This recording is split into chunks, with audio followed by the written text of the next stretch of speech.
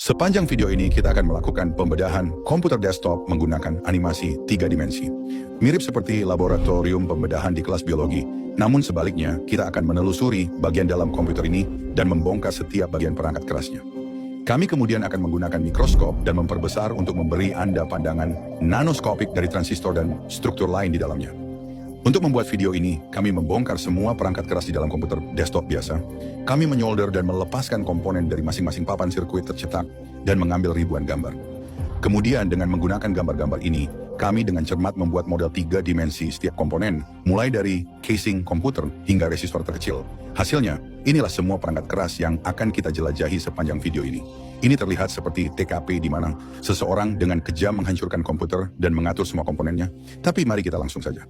Kita akan memulai perjalanan ini dengan Central Processing Unit atau CPU yang merupakan otak dari komputer.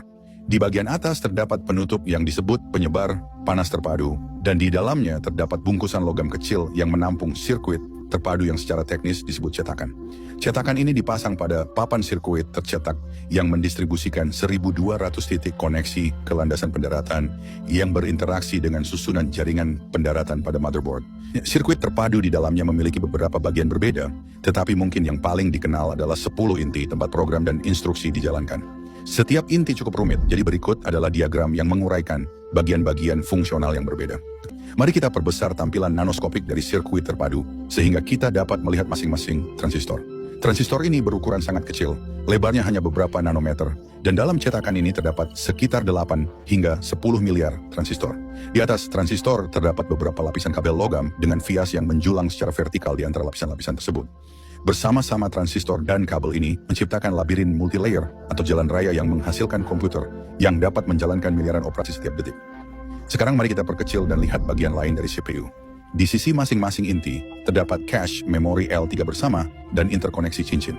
Di paling kanan adalah prosesor grafis terintegrasi yang berfungsi sebagai GPU yang kurang bertenaga. Di kiri atas adalah pengontrol memori yang mengirimkan data ke DRAM.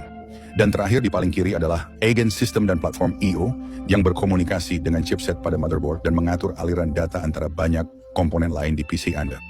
Jadi, dengan mengingat hal itu, mari kita lanjutkan dan melihat motherboard-nya. Motherboard ini adalah papan sirkuit tercetak berukuran besar dengan ribuan kabel di dalamnya. Dan berbagai microchip, komponen, soket, port, slot, header, dan konektor yang disolder ke dalamnya. Mungkin satu-satunya komponen yang paling penting dan mahal, selain PCB adalah chipset, yang merupakan sirkuit terintegrasi yang terdapat di bawah unit pendingin di sini, dan terhubung langsung ke bagian agen sistem di CPU. Sekadar catatan singkat, perangkat keras komputer telah berkembang pesat selama 65 tahun terakhir dan terus berkembang. Jadi detail yang kami tampilkan harus dianggap sebagai contoh PC masa kini dan bukan sebagai cara kerja semua komputer. Mari kita lanjutkan dan lewati banyak soket dan konektor berbeda di seluruh motherboard dan fokus pada modul pengatur tegangan atau VRM yang terdapat di dekat CPU. Komponen-komponen ini digunakan untuk menurunkan tegangan yang berasal dari satu daya menjadi 1,3 volt yang digunakan oleh CPU. Karena seluruh daya mengalir melalui komponen-komponen ini dan efisiensinya sebesar 80 hingga 90%, unit pendingin harus ditempatkan di bagian atas.